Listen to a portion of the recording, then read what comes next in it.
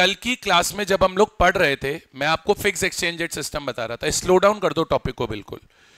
Fix exchange rate system क्या होता है? वो एक्सचेंज रेट होता है जहां पे गवर्नमेंट रेट फिक्स करती है। गवर्नमेंट क्या बोल रही है कि हमें इक्विलिब्रियम रेट से कोई मतलब नहीं है।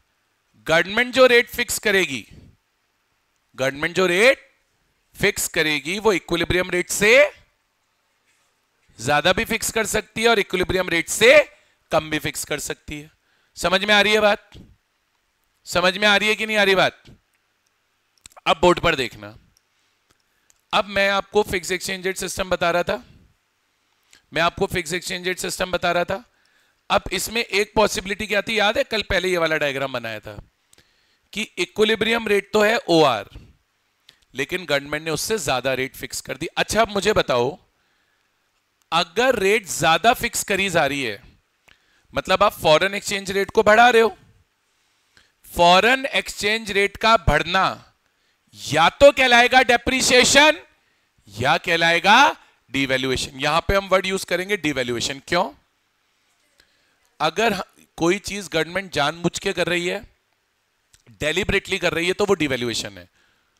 और जब मार्केट फोर्सेस की वजह से डिमांड कम ज्यादा होती है, सप्लाई कम ज्यादा होती है, इस वजह से फॉरेन एक्सचेंज रेट बढ़ती है, तो उसे बोला जाता है डेप्रिसिएशन। देखो, आज भी बोल रहा हूं, कल भी बोल रहा था, डेप्रिसिएशन और डिवैल्यूएशन का मीनिंग सेम है।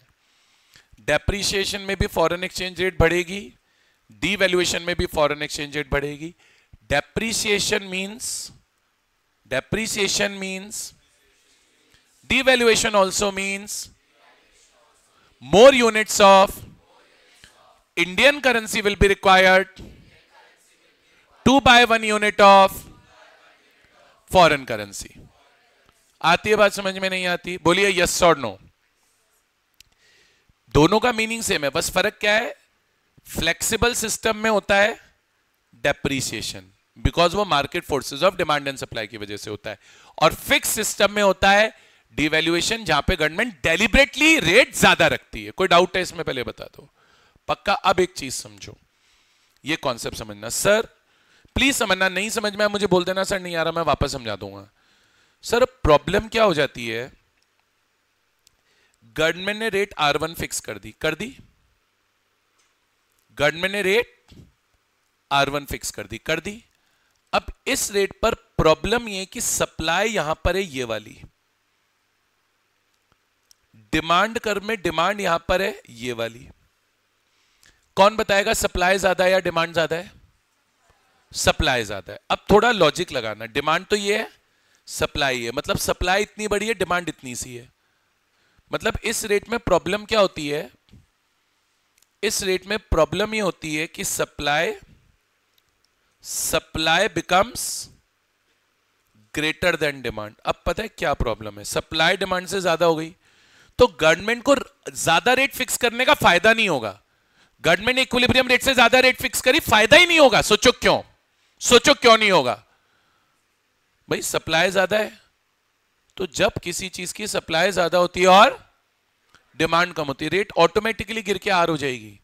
R1 रेट ऑटोमेटिकली R हो जाएगी, वापस गिर के R हो जाएगी। तो आप R1 पे रख ही नहीं पाओगे, रेट को गिरनी है। तो पता है इस चीज में फिर R1 रेट को मेंटेन करने के लिए गवर्नमेंट क्या करती है? मार्केट में एक्सेस सप्लाई है,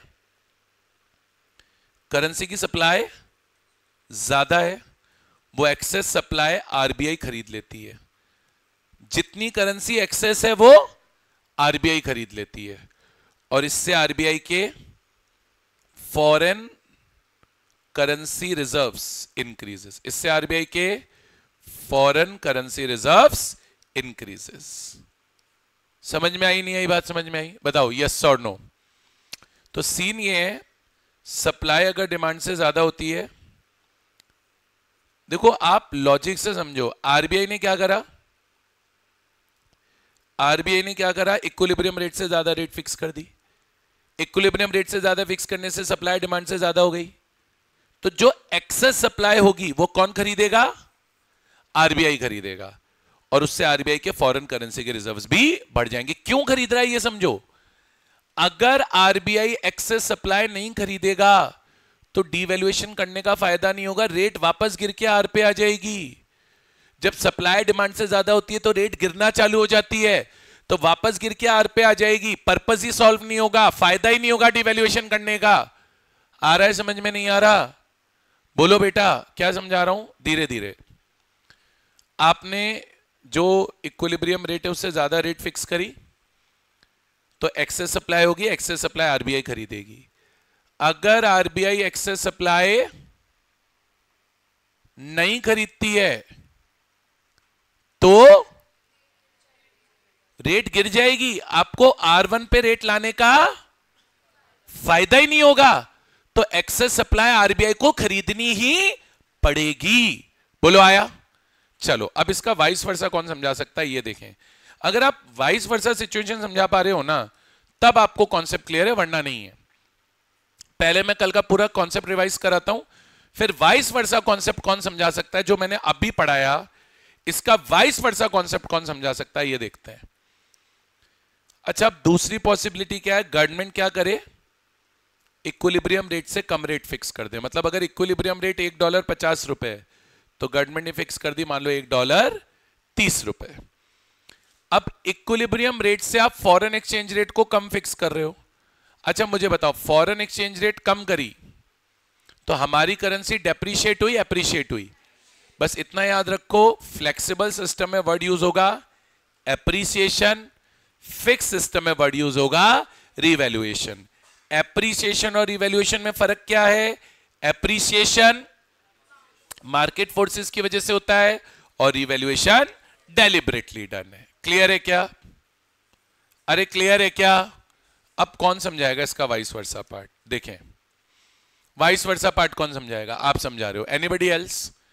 आपका क्या नाम था? केशव, देवेश। एक तो देवेश समझा रहा है वाइस वर्सा केस, और कौन समझा रहा है वाइस वर्सा केस? आप समझा रहे हो। कीर्ति, तन्वी, तन्वी समझा रही है, देवेश समझा रहा है। Anybody else? चलो पहले देवेश से पूछते हैं फिर तन्वी से पूछेंगे। बताओ देवेश। करेक्ट, बिल्कुल ठीक बोल रहा है देवेश। आगे का आप बताना। देवेश ने क्या बोला पहले समझो। देवेश बहुत अच्छा बोला। देवेश क्या बोला? सर देखो, आपने रेट कम फिक्स कर दी, अब आपने जो कम रेट फिक्स करी उसमें प्रॉब्लम ये हो रही है कि डिमांड तो यहां पर है, ये है डिमांड, तो बोले डिमांड तो यहां है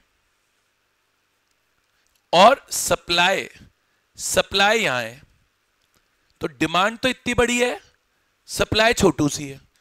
मतलब प्रॉब्लम क्या हो गई कि जब आप रेट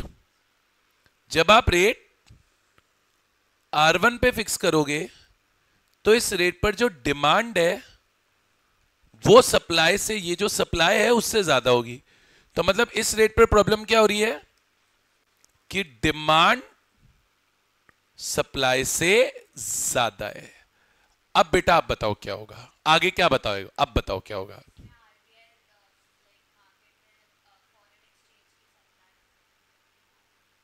चलो ठीक बोल रही है, थोड़ा मैं अच्छे से बोलता हूं। अब पहले लॉजिक समझो। डिमांड सप्लाई से ज्यादा हो गई, तो क्योंकि किसी चीज की डिमांड सप्लाई से जब ज्यादा होती है तो वो बढ़ने लग जाएगी, महंगी होने लग जाएगी। तो ये जो गवर्नमेंट ने रेट R1 कम करके फिक्स करी है, बढ़ के वापस R होनी है।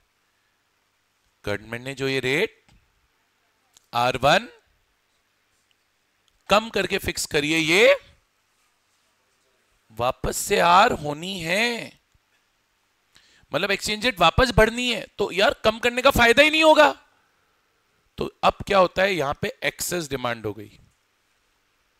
तो एक्सेस डिमांड को मैनेज करने के लिए आरबीआई फॉरेन करेंसी को सप्लाई करना चालू कर देगी, बेचना चालू कर देगी, फॉरेन करेंसी की रिलीज स्टार्ट कर देगी, सप्लाई स्टार्ट कर देगी, उसे बेचना चालू कर देगी। तो उससे क्या होगा, जितनी डिमांड ज्यादा है उतनी ही करेंसी मार्केट में सप्लाई कर दी जाएगी ताकि रेट को R1 पे मेंटेन किया जा सके। समझ में आ रही है बात? तो यहां पे गवर्नमेंट का इंटरवेंशन हो रहा है, गवर्नमेंट को इन्वॉल्व होना पड़ रहा है कि भाई जितनी डिमांड ज्यादा थी उतनी करेंसी आरबीआई को मार्केट में रिलीज करनी पड़ी, नहीं रिलीज करोगे तो ये रेट आप मेंटेन ही नहीं कर पाओगे। ये कॉन्सेप्ट है, मतलब इजी है, हार्ड मत बनाओ। पहले तो ये समझो, डेप्रिसिएशन फ्लेक्सिबल सिस्टम में होता है, डिवैल्यूएशन फिक्स सिस्टम में होता है। वैसे ही रिवैल्यूएशन फिक्स सिस्टम में होता है और एप्रिसिएशन फ्लेक्सिबल सिस्टम में होता है। Depreciation and appreciation market forces की वजह से है, और devaluation and revaluation deliberately done है। आपको तो मेन इतना ही याद रखना है, पहले मैं बता दूं, ये जो मैंने समझाया, ये वाला पार्ट, या ये जो मैंने समझाया, ये वाला पार्ट, ये तो इसके पीछे के लॉजिक्स हैं सारे। समझ में आ रही है कि बात नहीं आ रही? देखो मैं क्या बोल रहा हूं, जब आप ज्यादा रेट फिक्स कर रहे हो तो सप्लाई ज्यादा हो रही है, एक्सेस सप्लाई जितनी है उतनी की करेंसी आरबीआई को खरीदनी पड़ रही है। और जब आप रेट कम फिक्स कर रहे हो तो डिमांड ज्यादा हो रही है, तो जितनी डिमांड ज्यादा है उतनी करेंसी आरबीआई को बेचनी पड़ रही है। बताओ समझ में आ गया नहीं आ गया? आप तो ये बताओ, कोई डाउट या क्वेरी? कोई डाउट या क्वेरी बोलो। देखो होगी तो आप पूछ लो, नहीं है तो कोई बात नहीं है। होगी तो आप पूछ लो, नहीं है तो कोई बात नहीं। डन, चलो आगे। भाई सिंपल है ना, आप पहले ये मत सोचो, आप ऐसे सोचो, मैं लॉजिक बताता हूं। डिमांड ज्यादा है, मान लो एक बार एग्जांपल लेते हैं कि डिमांड $100 की है, सप्लाई $60 की है। तो जब किसी चीज की डिमांड सप्लाई से ज्यादा होती है तो वो रेट, उसकी रेट बढ़ने लग जाती है। तो गवर्नमेंट तो बोल रही है कि हम कम रेट फिक्स करेंगे, आप फिक्स ही नहीं कर पाओगे, रेट तो बढ़ जाएगी। तो ताकि रेट ना बढ़े, डिमांड और सप्लाई में कितने का डिफरेंस है? $40 का। आरबीआई इतनी करेंसी मार्केट में बेच देगी ताकि डिमांड और सप्लाई मैच हो जाए। डिमांड सप्लाई मैच हो जाएगी तो ये वाली रेट मेंटेन कर पाओगे आप। नहीं समझे? अरे सुनो ना, ऐसे समझो, मार्केट में 10 जूतों की डिमांड है। आपको कौन सी ब्रांड के शूज पसंद है? कोई भी एक ब्रांड, प्यूमा। तो मार्केट में प्यूमा के 10 शूज की डिमांड है, लेकिन मार्केट में ना प्यूमा के सिर्फ 6 ही जूते मिल रहे हैं। तो क्या होगा? जूते 6 हैं, खरीदने वाले 10 हैं, खरीदने वाले 10 हैं, तो जो 6 जूते हैं वो महंगे हो जाएंगे मार्केट में। तब उनको महंगा से होने से बचाना है तो क्या करना होगा? मार्केट में 4 जूते और प्यूमा कंपनी को बेचने पड़ेंगे। अब वैसे यहां सोचो, हमारी कंट्री में हमने आरबीआई के फंक्शन पढ़े थे, फॉरेन करेंसी के रिजर्व्स होते हैं आरबीआई के पास। तो जब फॉरेन करेंसी की डिमांड सप्लाई से ज्यादा होगी तो ये जो एक्सचेंज रेट R1 आपने फिक्स करी है बढ़ के वापस R पे पहुंच जाएगी। ताकि ये ना बढ़े, तो मान लीजिए डिमांड $100 की है और सप्लाई $60 की है, तो कितने से डिमांड ज्यादा है? $40 से।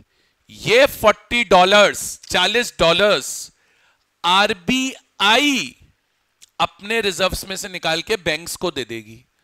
तो मार्केट में $40 जो कम पड़ रहे थे वो आ गए, तो डिमांड और सप्लाई मैच हो गई, तो ये R1 रेट आपकी मेंटेन हो जाएगी।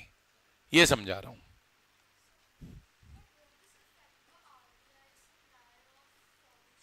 हाँ हाँ, it will affect RBI exchange, it will not affect RBI supply. RBI जो सप्लाई रख रही है that is for country, it will only increase or decrease the reserves of RBI. So in this case, currency reserves of RBI will be reduced, and in this case, currency reserves of RBI will increase. So that doesn't really matter. आप savings क्यों करते हो? For emergency situations in life. So foreign currency reserves are just like savings for RBI. So as and when they are needed, obviously they will be utilized by RBI.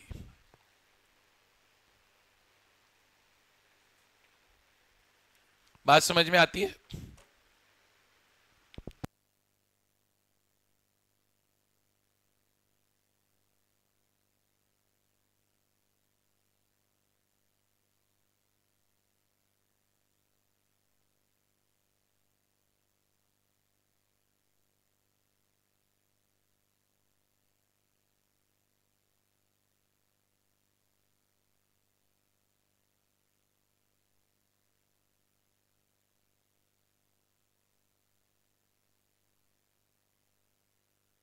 यहां तक clear है? आओ, अब यहां तक क्लियर है तो बताओ, फिर मैं इसकी थ्योरी पढ़ाऊं। मेरे को नहीं पढ़ानी यार थ्योरी, मेरे को नहीं पढ़ानी, मेरे को नहीं पढ़ानी। आपको समझ में आया तो बोलो मैं पढ़ाऊं, मैं नहीं पढ़ाऊं।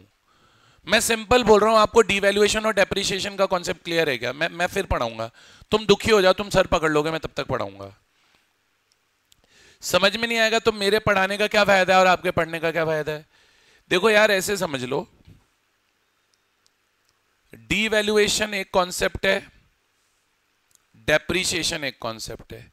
यही कॉन्सेप्ट आप सेम कॉन्सेप्ट अप्लाई कर लेना एप्रिसिएशन पे और इवैल्यूएशन पे। डिवैल्यूएशन डेलिब्रेट है, जानबूझ के हो रहा है। डेप्रिसिएशन मार्केट फोर्सेस की वजह से हो रहा है। डिवैल्यूएशन जब फिक्स सिस्टम होगा वहां होगा, डेप्रिसिएशन या फ्लेक्सिबल सिस्टम होगा वहां होगा, पर दोनों का मीनिंग सेम है। डिवैल्यूएशन में क्या होगा? डिवैल्यूएशन में क्या होगा? डिवैल्यूएशन के अंदर,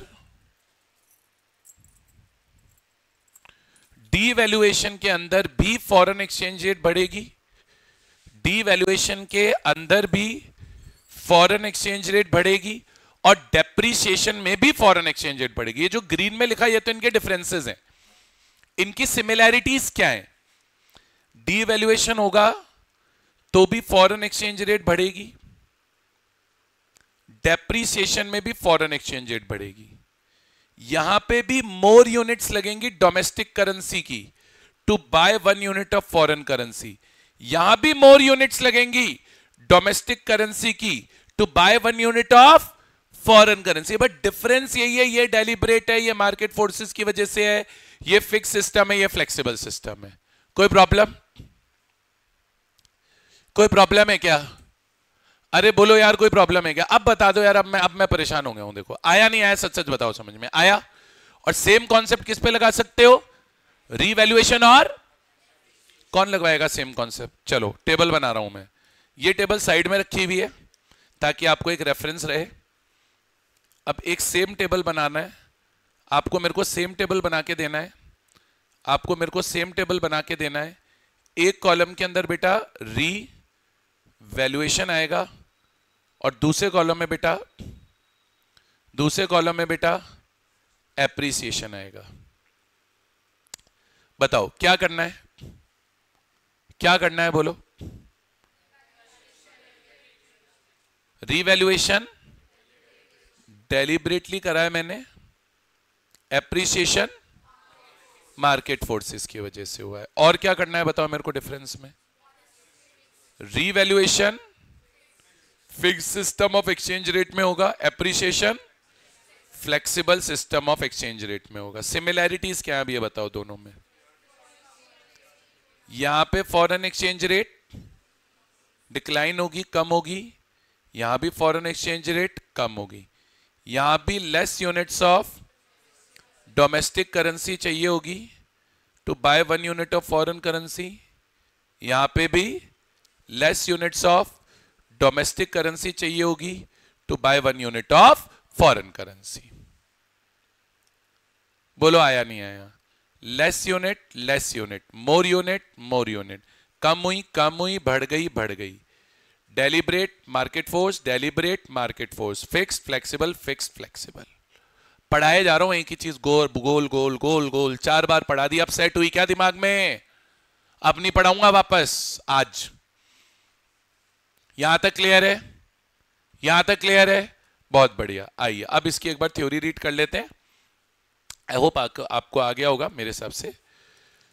देखिए फ्लेक्सिबल सिस्टम में क्या लिखा है, फिक्स्ड में, fix exchange rate refers to rate of exchange set and maintain by the government at particular level. Government को इक्विलिब्रियम रेट से कोई लेना देना नहीं है। गवर्नमेंट इक्विलिब्रियम रेट से ज्यादा भी फिक्स कर सकती है और इक्विलिब्रियम रेट से कम भी फिक्स कर सकती है। गवर्नमेंट में fix rate of exchange higher और lower than equilibrium rate of exchange. अब मैंने दोनों टॉपिक पढ़ा है, हायर फिक्स करेंगे तो क्या होगा और लोअर फिक्स करेंगे तो क्या होगा? पहले higher, when exchange rate fix by government is higher than equilibrium rate of exchange, तो इस सिचुएशन में क्या होगा? डिवैल्यूएशन। ये डायग्राम है सेम जो मैंने अभी आपको बना के दिया।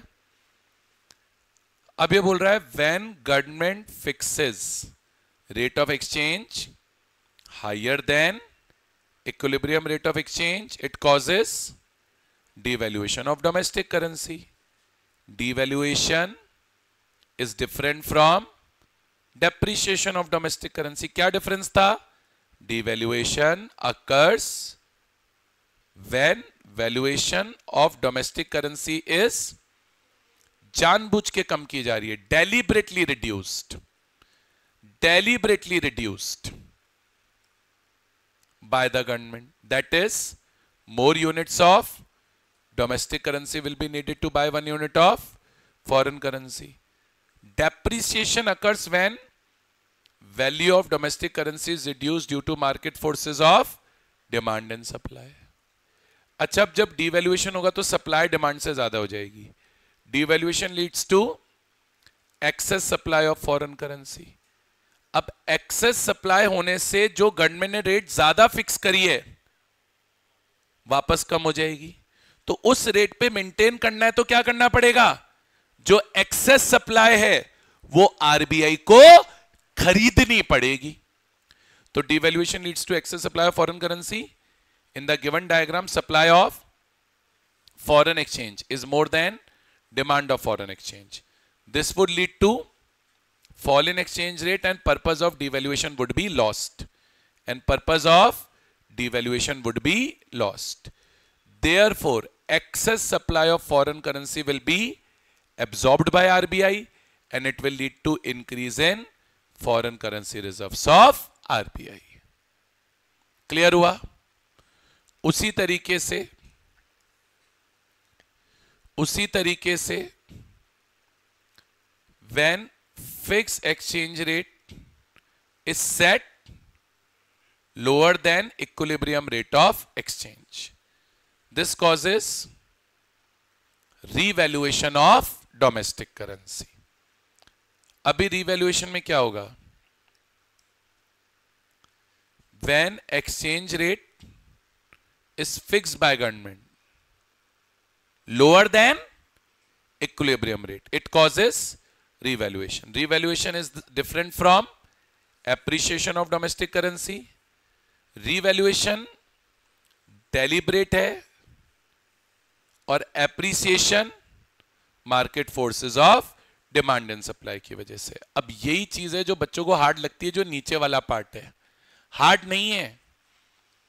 आपने जब रेट को कम करा तो इससे डिमांड ज्यादा हो गई, सप्लाई कम हो गई. तो जितनी डिमांड ज्यादा है उतनी करेंसी आरबीआई को मार्केट में बेचनी पड़ेगी.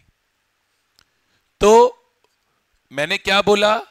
Revaluation leads to excess demand of foreign currency. RBI must fulfil this excess demand by releasing supplies from its, releasing supply मतलब उसको करेंसी बेचनी पड़ेगी, from its foreign currency reserves. ये है चैप्टर का सबसे टेक्निकल पार्ट, यही है. अब तो चैप्टर एकदम इजी है, चैप्टर में कुछ भी नहीं है. और मैं आपको फिर बोल रहा हूं, एक बात मेन याद रखो कि डिवैल्यूएशन एंड डेप्रिसिएशन में क्या फर्क है और रिवैल्यूएशन और एप्रिसिएशन में क्या फर्क है. डन? कोई प्रॉब्लम? अब ये इजी है सर. अब कल एक बच्चे ने डाउट पूछा था आप ही के बैच में, मैंने कल थोड़ा सा बताया था, आज अच्छे से बताऊंगा. बच्चा मेरे को बोला सर कोई अपनी करेंसी का डिवैल्यूएशन क्यों करेगा? क्यों? मैं अपनी करेंसी डिवैल्यू कर रहा हूं. $1.70 का था, मैंने $1.90 का कर दिया. मैंने कर दिया जानबूझ के. मैंने फॉरेन एक्सचेंज रेट बढ़ा दी, मेरे देश की करेंसी गिर गई. अरे क्यों? अपने ही देश की करेंसी गिरा दी भाई साहब. मैंने कहा जा मर जाके गिर. अपने ही देश की करेंसी कौन गिराता है भाई? अपने ही देश की करेंसी गिराते हैं. इसका रीजन समझो. सिंपल चीज, सिंपल एग्जांपल बता रहा हूं. मतलब एकदम सिंपल. अगर आपको लॉजिक से सीखना है, रटना है रट लो, वो बात अलग है. अगर लॉजिक से सीखना है, मान लीजिए $1.80 का है, $1.80 का है, कोई प्रॉब्लम? $1.80 का है। अब हमने जानबूझकर डिवैल्यूएशन किया और $1 100 का कर दिया, $1 100 का कर दिया, कोई प्रॉब्लम? अब मुझे एक बात बताओ, मैं एक सिंपल सी चीज आपसे पूछ रहा हूं, मोबाइल पे कैलकुलेटर निकाल लेना, कोई मैनुअल कैलकुलेशन करने की जरूरत नहीं, मोबाइल पे निकाल लो। मतलब कितना लॉजिक से सिखा रहा हूं, मजा आ जाएगा, सीखोगे तो मजा आ जाएगा, सुनना सिर्फ दिमाग लगाना। मान लीजिए ये जिगीशा है, जिगीशा श्रीलंका में बैठी है, ये श्रीलंका में ही रहती है, श्रीलंका की है, ठीक है, श्रीलंका में बैठी है, श्रीलंका ही रहती है। ये अपना देश है इंडिया, मेरा भारत महान। इसने इंडिया से एक पेन इंपोर्ट, इंडिया से एक पेन मंगाया, क्या मंगाया? पेन मंगाया। मान लो वो पेन $1 का था, मान लो वो पेन $1 का था। अब लॉजिकली सोचना, वो पेन $1 का था, तो अब सोच के देखना, दिमाग लगाना, रटना मत। पेन $1 का था। अब मान लो अगर $1 ₹80 से $1 100 का हो गया, तब यहां पे इंडिया का एक एक्सपोर्टर बैठा है, ये तो इतना खुश है मैं आपको बता नहीं सकता भाई साहब। खुशी, स्माइल देखो इसकी, क्यों क्यों इसकी स्माइल क्यों इतनी बड़ी है?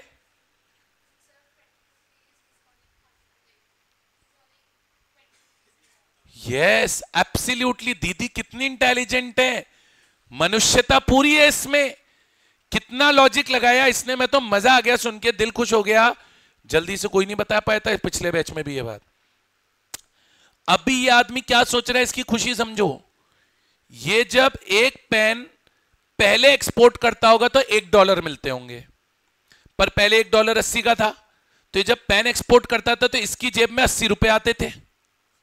अब वही पेन एक्सपोर्ट करेगा तो एक पेन के लिए इसके जेब में ₹100 आएंगे, क्योंकि $1 100 का होगा। तो एक्सपोर्टर को तो मजा आ गया, बोले लाइफ का, बोले एक पेन के पहले 80 मिलते थे, अब उसके 100 मिल रहे हैं, तो वो ज्यादा एक्सपोर्ट्स करने के बारे में सोचेगा।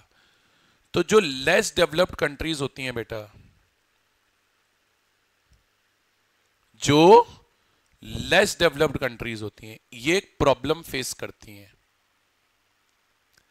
लेस डेवलप्ड कंट्रीज बेटा ये प्रॉब्लम फेस करती हैं कि इनके एक्सपोर्ट्स बहुत कम होते हैं, तो ये अपने एक्सपोर्ट्स को बूस्ट करने के लिए, यानी बढ़ाने के लिए, करेंसी का डीवैल्यूएशन करते हैं। तो डीवैल्यूएशन करने के दो फायदे होते हैं लेस डेवलप्ड कंट्रीज को।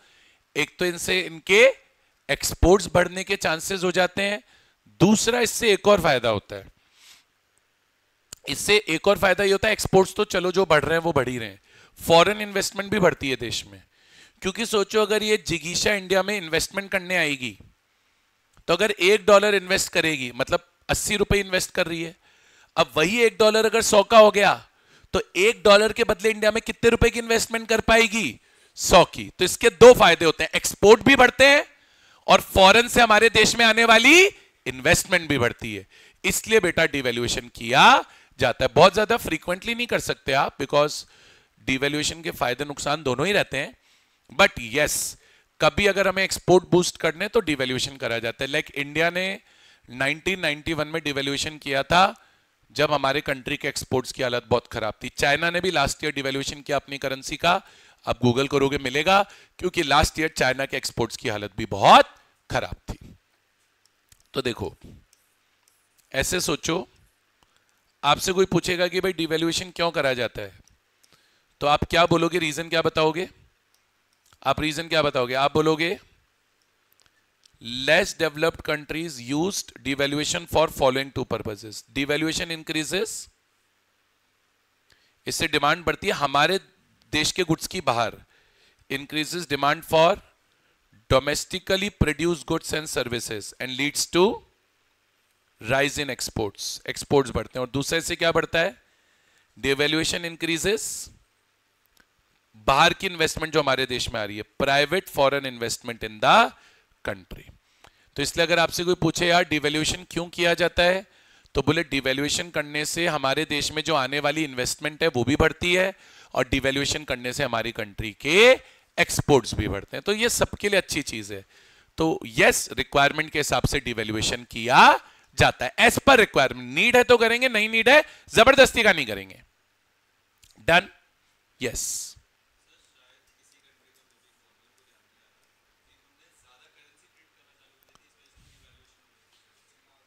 वो तो हर ही कंट्री में होता है, सिर्फ जिम्बाब्वे में क्या, अफ्रीका के हर देश की यही हालत है।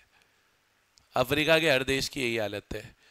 अब अफ्रीका छोड़ो, टर्की चले जाओ, यही हालत है। अब देखो सिंपल सी चीज है, अगर आप ज्यादा नोट छापोगे, मतलब अपन तो क्या है, बढ़िया आदमी है, मार्केट में डिमांड है नहीं, चीज छाप दी, छपा छप छप, सप्लाई बढ़ जाएगी, सप्लाई बढ़ेगी, डिमांड है नहीं, गिर जाएगी वैल्यू, गिर गई उनकी करेंसी, डिवैल्यू हो गई, डेप्रिशिएट बोलना चाहिए वैसे, डेप्रिशिएट हो गई। तो भैया आप जितने ज्यादा नोट छापोगे आपकी करेंसी तो डेप्रिशिएट होगी, क्योंकि मार्केट में आप क्या बढ़ा रहे हो, उस चीज की सप्लाई बढ़ा रहे हो। जैसे चीज की मार्केट में सप्लाई बढ़ जाएगी, डिमांड उतनी है नहीं, तो उसकी वैल्यू तो गिरनी है। उसका इस टॉपिक से कोई रिलेशन नहीं है, क्योंकि वहां पे डेप्रिशिएशन इसलिए नहीं हो रहा कि अपन डेलिब्रेट करें या कुछ, वहां इसलिए हो रहा है क्योंकि आप नोट ज्यादा छाप रहे हो। नोट ज्यादा छाप रहे हो तो मार्केट में सप्लाई ज्यादा हो रही है। इंडोनेशिया की यही हालत है, एक लाख 2-2 लाख के नोट होते हैं वहां। हाँ, वियतनाम, बहुत सारी कंट्रीज है, मैं यही बोल रहा हूँ। जिम्बाब्वे कहाँ चले गए, अपने नजदीकी मुल्कों में इतने सारे देशों में ऐसा है। डन है क्या? चले आगे। अरे बोलो भाई, जो इसने टॉपिक पूछा वैसे इस चैप्टर से बहुत रेलेवेंट नहीं था, बट ठीक है चलो ओके, पूछ लिया भाई की मर्जी, भाई को लगा कुछ पूछना चाहिए, मैं बता दिया। चले आगे। अब ये बढ़िया है, अपना देश बढ़िया, मेरा भारत महान। इंटरनेशनली बोला भाई साहब 2 सिस्टम होते हैं, कौन से? फ्लोटिंग और फिक्स। फ्लोटिंग में बोले मार्केट फोर्सेस, फिक्स में बोले आपा फिक्स करेंगे। यही है। हमारा देश बोला अपन बीच के रास्ते में चलेंगे, ना फ्लोटिंग ना फिक्स, बोले बीच का रास्ता। क्या बोले? वैसे तो फ्लोटिंग रहेगा, पर कभी कभी मन करेगा तो फिक्स कर देंगे। बच्चे बोलते हैं कैसी बहकी बातें कर रहे हो सर। बेटा सुनो, ठीक है, मतलब ये मॉडल अच्छा मॉडल है। हमारे देश में, इंडिया में राइट नाउ अगर आप मेरे से पूछोगे तो फ्लेक्सिबल एक्सचेंज रेट सिस्टम भी नहीं है, फिक्स एक्सचेंज रेट सिस्टम भी नहीं है। हमारे देश में होती है मैनेज्ड फ्लोटिंग या डर्टी फ्लोटिंग। 2 नाम है इसके, मैनेज्ड फ्लोटिंग, डर्टी फ्लोटिंग। इसमें क्या होता है, जो एक्सचेंज रेट होती है वो market forces of demand and supply से डिसाइड होती है, जैसे फ्लेक्सिबल सिस्टम में होती है। लेकिन बीच बीच में आरबीआई जो होती है, जो हमारी कंट्री का सेंट्रल बैंक है, reserve bank of India, central bank of India, reserve bank of India, वो बीच बीच में इंटरवीन करता है अगर रेट बहुत ज्यादा हो गई। कैसे इंटरवीन करता है मैं बताता हूं। मान लो डॉलर दिन पे दिन बढ़े जा रहा है, मान लो फॉरेन एक्सचेंज रेट दिन पे दिन बढ़े जा रही है, मार्केट फोर्सेस की वजह से बढ़ रही है पर बढ़े जा रही है, फॉरेन एक्सचेंज रेट बढ़े जा रही है। आरबीआई को लग रहा है तो सही नहीं हो रहा यार, ऐसे कैसे इतनी रेट बढ़ रही है यार। तो अब आरबीआई फॉरेन एक्सचेंज रेट को रिड्यूस करने के लिए करेंसी सेल करना चालू कर देती है, करेंसी सेल करना चालू कर देती है। सेल करने से मार्केट में करेंसी की सप्लाई बढ़ती है, जिससे जो रेट धीरे धीरे बढ़े जा रही थी वापस से कम होना चालू हो जाती है। देखो लॉजिक क्या है मैनेज फ्लोटिंग का। मैनेज फ्लोटिंग में exchange rate market forces of demand and supply से डिसाइड होगी। कभी कभी ओकेजनली गवर्नमेंट इंटरवीन करेगी, कभी कभी करेगी, कभी कभी ऐसा होगा कि गवर्नमेंट इंटरवीन करेगी, गवर्नमेंट हस्तक्षेप करेगी, गवर्नमेंट इन्वॉल्व हो जाएगी, तो प्रॉब्लम क्रिएट होगी। मतलब देखो सीन क्या है, आप ऐसे समझो इजी गोइंग वे में, फ्लेक्सिबल सिस्टम होता है ये भी, market forces of demand and supply से रेट डिसाइड होती है। बट अगर मान लो रेट बहुत ही ज्यादा बढ़ गई है, तब आरबीआई बीच में ओकेजनली कभी कभी इंटरवीन करती है और करेंसी सप्लाई करना चालू कर देती है ताकि रेट कम हो जाए। समझ में आया? और उल्टा भी होता है। मान लो एक्सचेंज रेट गिरी जा रही है, डॉलर बहुत ही कम हो गया है, गिरे ही जा रहा है, गिरे ही जा रहा है, फॉरेन एक्सचेंज रेट गिरे ही जा रही है, गिरे ही जा रही है, वो भी देश के लिए अच्छा नहीं है। तब क्योंकि रेट गिरे ही जा रही है तो उसको गिरने से रोकने के लिए आरबीआई कोशिश करेगी कि रेट बढ़े। रेट को बढ़ाने के लिए अब आरबीआई फॉरेन करेंसी बाय करना चालू कर देगी। बाय करने से मार्केट में डिमांड बढ़ेगी, डिमांड बढ़ेगी तो जो रेट गिरे जा रही थी वो बढ़ना चालू हो जाएगी। मतलब बेसिकली आप ऐसे समझो, मैं इसको और इजी करता हूं। मैनेज फ्लोटिंग में एक्सचेंज रेट कौन डिसाइड करते हैं? Market forces. लेकिन अगर गवर्नमेंट को कभी लग रहा है कि रेट गिरानी है तो गवर्नमेंट करेंसी सेल करना चालू कर देती है, और गवर्नमेंट को कभी लगता है कि रेट बढ़ानी है तो गवर्नमेंट करेंसी बाय करना चालू कर देती है। मतलब कभी कभी गवर्नमेंट का इंटरवेंशन होता है, otherwise it works on market forces of demand and supply. नहीं आया समझ में? क्या बोलेंगे? मैनेज फ्लोटिंग में, मैनेज फ्लोटिंग में एक्सचेंज रेट मार्केट फोर्सेस से डिसाइड होती है, लेकिन जहां आरबीआई को लगेगा रेट कम करनी चाहिए वो करेंसी सेल करना चालू कर देगी। जहां आरबीआई को लगेगा रेट बढ़ानी चाहिए वो करेंसी बाय करना स्टार्ट कर देगी। मतलब कभी कभी आरबीआई की तरफ से इंटरवेंशन आता है, अदरवाइज सब किसके अकॉर्डिंग चलता है? मार्केट फोर्सेस के अकॉर्डिंग। इसको मैनेज्ड फ्लोटिंग कहते हैं। प्रॉब्लम समझ में आया? रीड करो। Even when exchange rate is determined by market forces of demand and supply, at times यानी कभी कभी RBI intervenes. Managed floating is a system of flexible exchange rate in which there is occasional intervention. कभी कभी होता है ऐसा, occasional intervention of RBI. अब RBI क्या करती है? अगर आरबीआई को रेट गिरानी है, exchange rate of any foreign currency needs to be reduced. अगर आरबीआई को करेंसी गिरानी है तो आरबीआई फॉरेन एक्सचेंज बेचना, सप्लाई करना चालू कर देती है। The central bank releases supply of foreign currency in the market. ठीक है? और उसी तरीके से अगर आरबीआई को करेंसी की रेट बढ़ानी है, मान लो exchange rate needs to be raised, तो वो करेंसी बाय करना चालू करेगी। RBI increases demand for foreign currency by buying the same from market. बोलो आया? तो मैनेज फ्लोटिंग में वैसे तो फ्लेक्सिबल सिस्टम है, रिक्वायरमेंट के हिसाब से गवर्नमेंट बीच बीच में इंटरवीन करके रेट को बढ़ा या कम कर सकती है। ठीक है? ये है मैनेज फ्लोटिंग। बताइए आया नहीं आया समझ में? तो बेसिकली सोचा जाए तो 3 सिस्टम हो गए, फ्लेक्सिबल सिस्टम हो गया, फिक्स सिस्टम हो गया और फ्लोटिंग सिस्टम हो गया। ठीक है?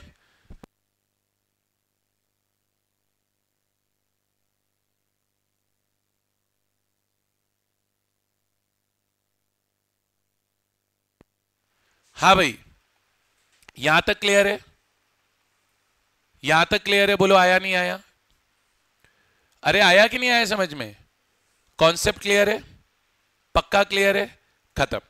अब देखो मैं आपको बताता हूं, हमने ये कंपोनेंट्स ऑफ डिमांड पढ़ ली है, हमने सोर्सेज ऑफ सप्लाई भी पढ़ ली है।